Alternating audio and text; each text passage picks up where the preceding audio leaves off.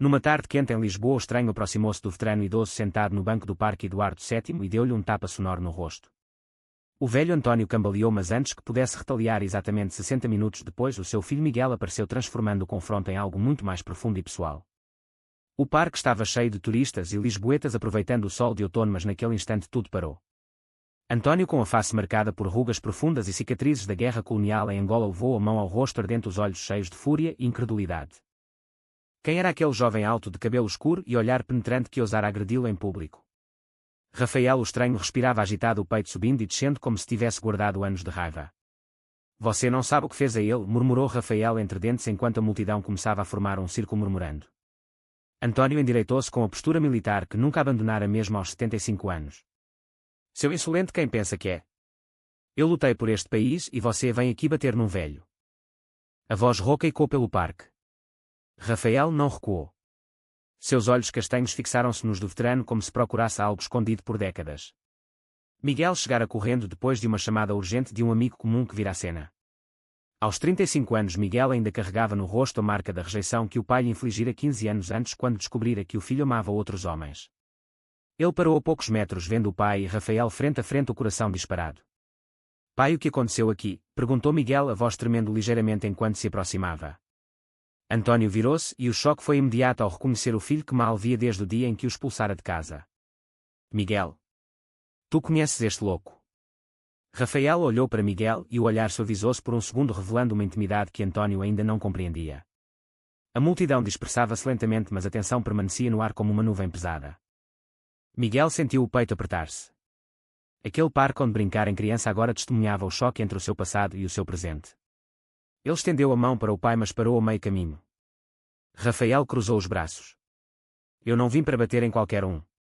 Vim porque ouvi o que você disse sobre pessoas como nós. Pessoas como o seu filho. António franziu a testa confuso. Pessoas como nós. Do que estás a falar, rapaz? Miguel sentiu o chão tremer sob os pés. O segredo que guardara durante anos estava prestes a explodir ali em plena luz do dia. Ele olhou para Rafael pedindo silenciosamente força e o parceiro acenou com a cabeça quase imperceptivelmente. A brisa do Tejo trouxe o cheiro de mar misturado com o aroma de castanhas assadas das barracas próximas. António sentou-se novamente no banco, respirando com dificuldade, a mão ainda no rosto. Miguel aproximou-se devagar, sentindo cada passo como uma decisão que mudaria tudo. Pai, preciso que me ouças. Este é o Rafael. E ele é o meu namorado. As palavras saíram baixas mas claras como um tiro no silêncio que se seguiu. António piscou várias vezes como se não tivesse entendido. O veterano que enfrentara balas e minas em África agora enfrentava algo que nunca aprendera a combater, a verdade sobre o filho que amava.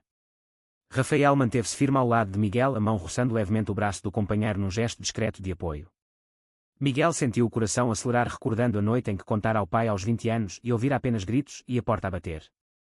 Agora ali no parque o ciclo parecia fechar-se de forma violenta e inesperada. António levantou-se devagar, os joelhos rangendo. Tu estás a brincar comigo, Miguel? Depois de tudo o que passei na vida, vens trazer isto para cima de mim? A voz do velho tremia, não só de raiva mas de algo mais profundo, uma dor antiga que Miguel nunca compreendera. O sol começava a descer, pintando o céu de tons laranja, e o parque enchia-se de sombras alongadas. Miguel engoliu em seco. Não é brincadeira, pai. É a minha vida. É quem eu sou. Rafael interveio calmamente. E eu não vou deixar que o trate como lixo outra vez. As palavras pairaram no ar, carregadas de anos de histórias não contadas. Miguel sentiu as lágrimas ameaçarem cair, mas conteve-as. Ele crescera em Lisboa, estudara em Coimbra, fugira para Porto para construir uma vida longe do julgamento do pai. Encontrara Rafael numa livraria do Chiado durante uma tarde chuvosa e desde então o amor entre eles fora o único porto seguro. Agora tudo isso estava exposto. António olhou para o filho como se o visse pela primeira vez, não como o rapaz que criara, mas como um homem com desejos e medos próprios. O veterano sentiu uma pontada no peito, não só do tapa mas de algo mais antigo, uma culpa que nunca admitira. A conversa mal começara, mas já o ar estava pesado de emoções contidas. Miguel estendeu a mão novamente, desta vez tocando o ombro do pai. Vamos para casa, pai. Precisamos falar. António hesitou, mas acabou por acenar com a cabeça. Os três homens caminharam em silêncio pelo parque em direção ao apartamento antigo de António em Alfama. Cada passo era uma ponte sobre anos de silêncio. Miguel olhava para Rafael de lado, agradecendo em silêncio a coragem que o namorado tivera. Rafael sorria levemente, sabendo que o pior ainda estava por vir. Ao chegarem à porta antiga de madeira, António parou. Entra Miguel. E tu, Rafael, fica também. Mas isto não acaba aqui. A porta abriu-se, revelando o interior escuro cheio de medalhas e fotografias antigas. Miguel sentiu o cheiro familiar de tabaco e livros velhos e soube que aquela tarde marcaria o início de uma longa jornada de compreensão. Dentro da sala o silêncio era opressivo. António serviu 3 copos de vinho do Porto com mãos trêmulas. Miguel sentou-se no sofá antigo, Rafael ao seu lado. O veterano olhou para os dois e pela primeira vez na vida questionou as verdades que carregara durante décadas. A noite caía sobre Lisboa e com ela começava a verdadeira conversa que nenhum deles esperava ter. A luz do candeeiro antigo projetava sombras longas na sala cheia de recordações. António bebeu um gole do vinho e pousou o copo com força. Então explica-me, Miguel. Como é que chegamos a isto? Eu criei-te para seres um homem e tu trazes-me isto para casa. Miguel sentiu o peito apertar-se, mas manteve a voz firme. Pai, não é isto. É amor. O mesmo amor que a mãe sentiu por ti antes de partir. A menção da mãe falecida há 10 anos fez António baixar os olhos. Rafael observava em silêncio, deixando que o pai e o filho encontrassem o caminho. Ele recordava as noites em que Miguel chorara contando-lhe como o pai o expulsara, chamando-o de aberração. Agora ali Rafael via o veterano não como inimigo, mas como um homem preso nas próprias feridas. Miguel continuou. Depois de me ires embora fui para Porto. Trabalhei em cafés, estudei à noite e encontrei o Rafael numa livraria. Ele mostrou-me que ser gay não é fraqueza. É ser honesto comigo mesmo. António riu amargamente. Honesto. Na minha época na guerra vi homens morrerem por menos. Eu lutei contra o comunismo, contra o caos. E tu falas de honestidade como se fosse fácil. Rafael interveio pela primeira vez. Senhor António, a guerra acabou. Portugal mudou. Lisboa tem casais como nós a passear pelas ruas do bairro Alto sem número medo. Mas o medo ainda vive dentro de si. O velho veterano olhou para Rafael com olhos estreitos. Tu não sabes nada da minha vida, rapaz. Eu vi companheiros caírem em Moçambique. Um deles, um bom amigo, chamava-se Luís. Ele era diferente. Nunca falei disso. Miguel ergueu a sobrancelha surpreendido. Pela primeira vez o pai mencionava algo do passado que soava a segredo. António continuou quase contra a vontade. Luís era como tu, Miguel. Gostava de homens. Eu descobri por acaso numa noite de emboscada. Ele salvou-me a vida, mas depois eu fingi que não sabia. Quando ele morreu eu disse a mim mesmo que era melhor assim. O exército não aceitava isso. O silêncio caiu pesado. Miguel sentiu uma onda de compreensão misturada com raiva. Então foi por isso que me rejeitaste? Porque tinhas medo do que sentias por dentro? António não respondeu imediatamente. Levantou-se e foi até à janela olhando as luzes da cidade. Rafael apertou a mão de Miguel em silêncio, transmitindo força. A conversa prolongou-se pela noite. Miguel contou como a rejeição do pai o levara a crises de identidade, como tentara mudar-se para Londres mas regressara porque Portugal era o seu lar. Rafael falou da sua própria família em Coimbra, que aceitara o filho gay com dificuldade mas com amor. António ouvia bebendo mais vinho, os olhos cada vez mais cansados. Por volta da meia-noite o veterano admitiu algo que chocou os dois jovens. Eu nunca odiei o Luís. Apenas tive medo. Medo de que o mundo me julgasse como eu julgava os outros. Miguel sentiu lágrimas nos olhos. Pela primeira vez via o pai não como monstro mas como homem quebrado pela vida. Rafael sugeriu que dormissem e continuassem no dia seguinte. No quarto antigo, Miguel e Rafael deitaram-se no sofá-cama enquanto António ficou na sua cama. O filho não conseguiu dormir, recordando cada palavra. Pela manhã o aroma de café encheu a casa. António preparara o pequeno almoço com mãos ainda trêmulas. Não sei se consigo aceitar isto de um dia para o outro, Miguel. Mas não te vou expulsar outra vez. Rafael sorriu levemente. Isso já é um começo, senhor. Os três saíram para caminhar pelas ruas de Alfama. Miguel mostrou ao pai os lugares onde crescera e Rafael contou anedotas leves para aliviar a tensão. No entanto, o conflito interno de António não desaparecera. Ele via o filho feliz ao lado de Rafael e sentia uma mistura de inveja e culpa. Durante o almoço num restaurante típico, António perguntou de repente. E a sociedade, Miguel? As pessoas falam. Em Portugal ainda há quem cuspa no chão quando vê dois homens de mãos dadas. Miguel respondeu calmamente. Pai, eu enfrento isso todos os dias. Mas o amor de Rafael vale mais que o medo dos outros. A tarde passou entre conversas e silêncios.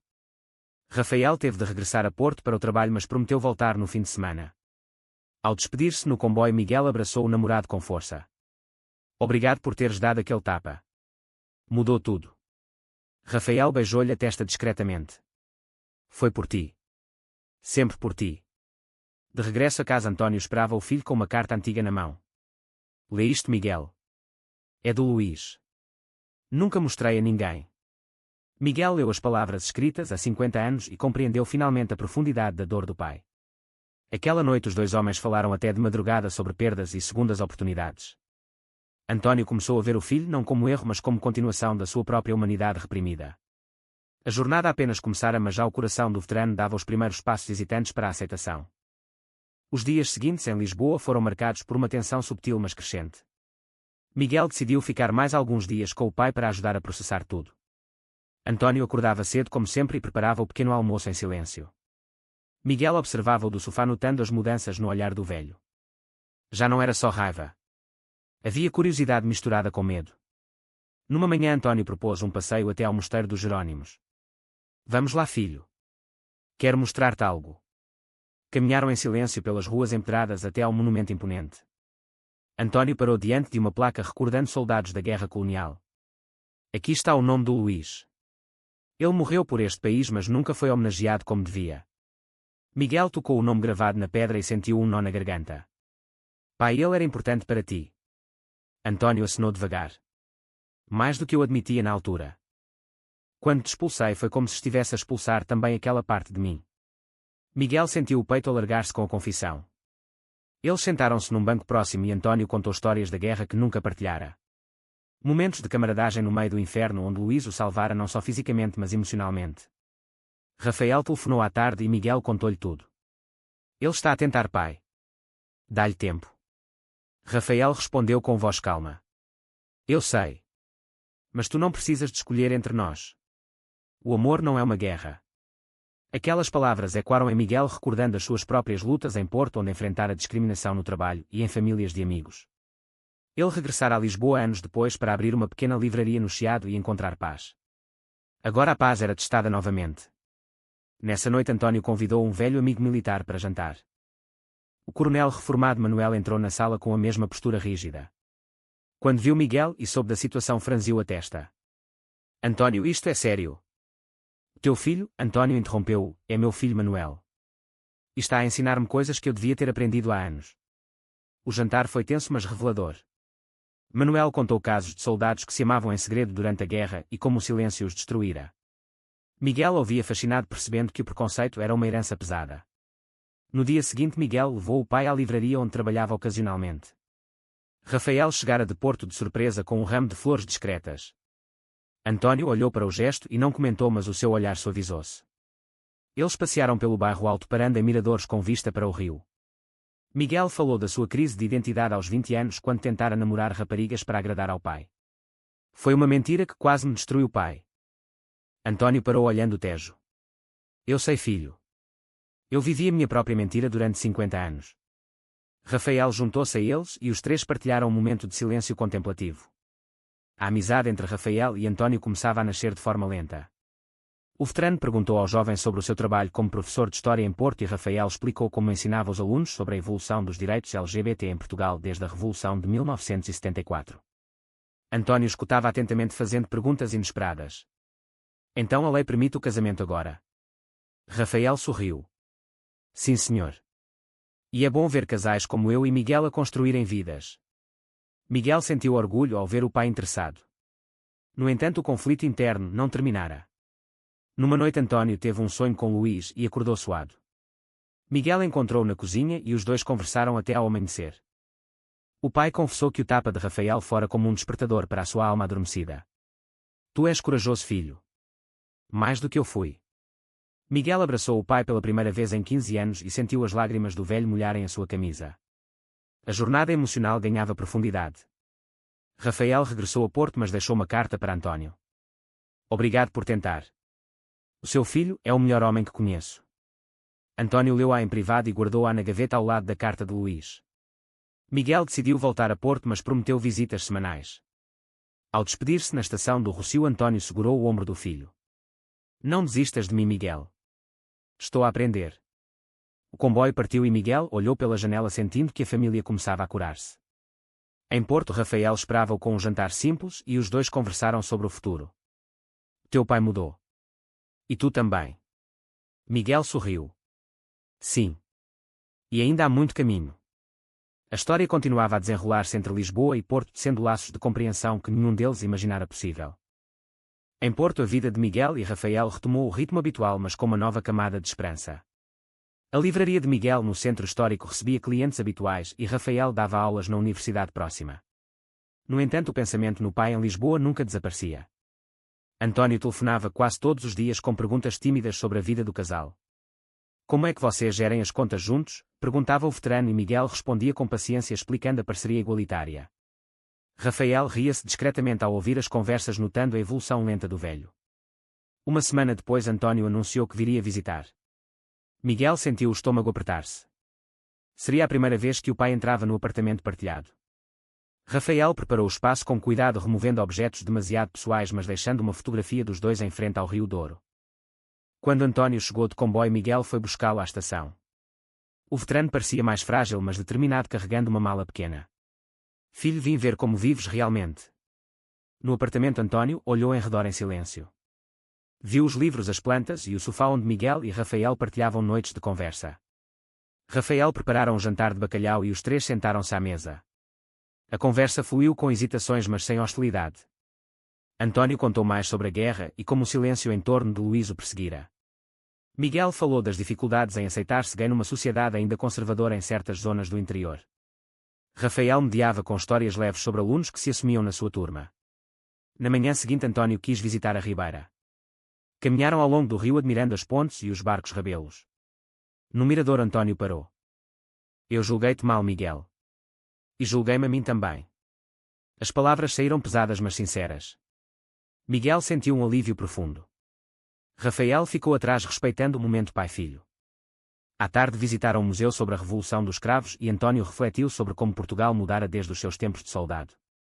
Eu lutei por um país livre, mas nunca libertei a minha própria mente. Miguel sorriu.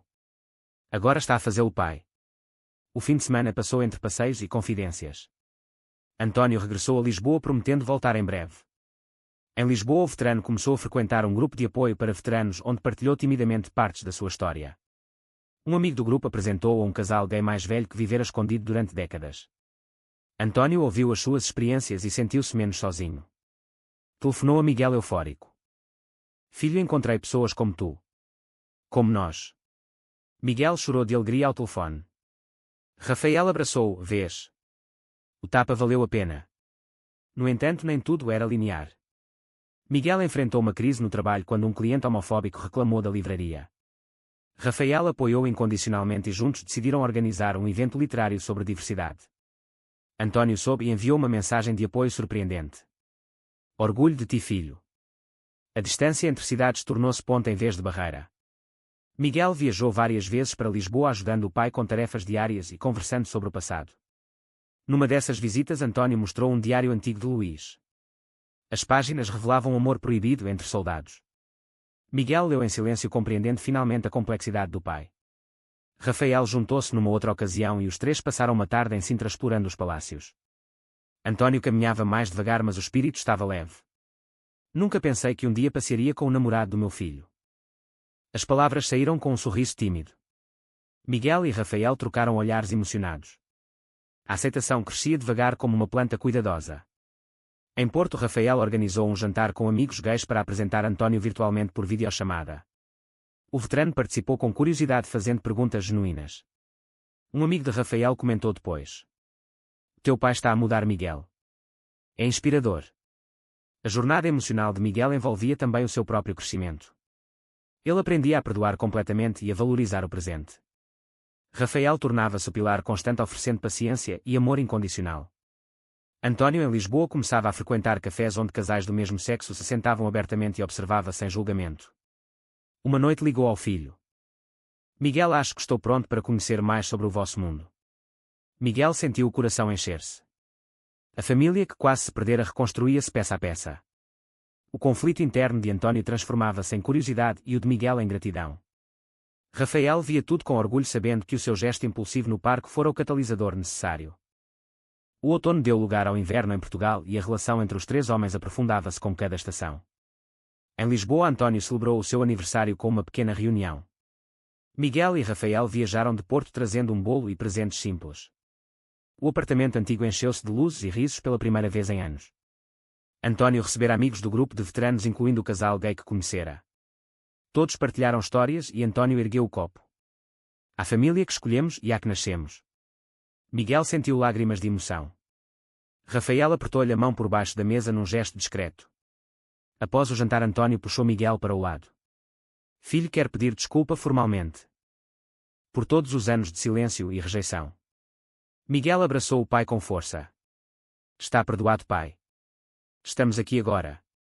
Rafael juntou-se e os três formaram um círculo de compreensão. Nos meses seguintes, Miguel decidiu abrir uma filial da livraria em Lisboa para ficar mais perto. Rafael pediu transferência para uma escola na capital e ambos mudaram-se gradualmente. António ajudou na mudança carregando caixas com energia renovada.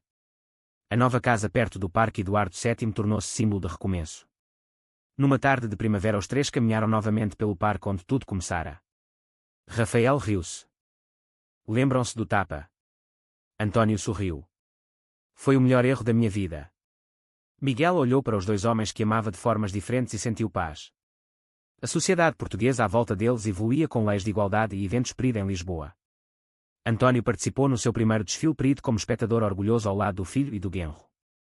Miguel encontrou um amigo de infância que também se assumira gay e os quatro partilharam jantares cheios de risos. O conflito interno de outrora dera lugar a uma serenidade conquistada. António escreveu um diário refletindo sobre Luís e o seu próprio crescimento. Miguel leu partes e sentiu orgulho. Rafael propôs uma viagem familiar a Coimbra, onde estudara, e os três exploraram a cidade universitária. Durante o passeio, António admitiu: eu tinha medo do que não entendia. Agora entendo que o amor não tem género. Miguel e Rafael trocaram olhares cheios de gratidão. A jornada chegava a um ponto de equilíbrio, mas não de fim. Miguel continuava a crescer como homem, aceitando o seu papel de filho e parceiro. Rafael fortalecia o laço com o sogro, oferecendo amizade genuína. António encontrava nova vitalidade partilhando a sua história com outros veteranos. Uma noite em casa, António olhou para os dois jovens e disse: vocês ensinaram-me que ser homem é ser livre para amar. As palavras fecharam um ciclo. O Tejo corria lá fora, testemunha silenciosa de tantas transformações. Miguel sentiu que a vida ganhara sentido pleno. Rafael beijou-o na testa e António sorriu ao ver o gesto. A família reconstituída olhava para o futuro com esperança. No entanto, a sociedade ainda apresentava desafios ocasionais, mas agora enfrentavam-nos juntos. Miguel organizou leituras na livraria sobre literatura LGBT e António compareceu apoiando publicamente. O veterano tornou-se voz discreta de mudança entre os amigos antigos. Rafael continuou a ensinar história, incluindo capítulos sobre direitos humanos. A harmonia conquistada não apagara as cicatrizes, mas transformara-as em lições.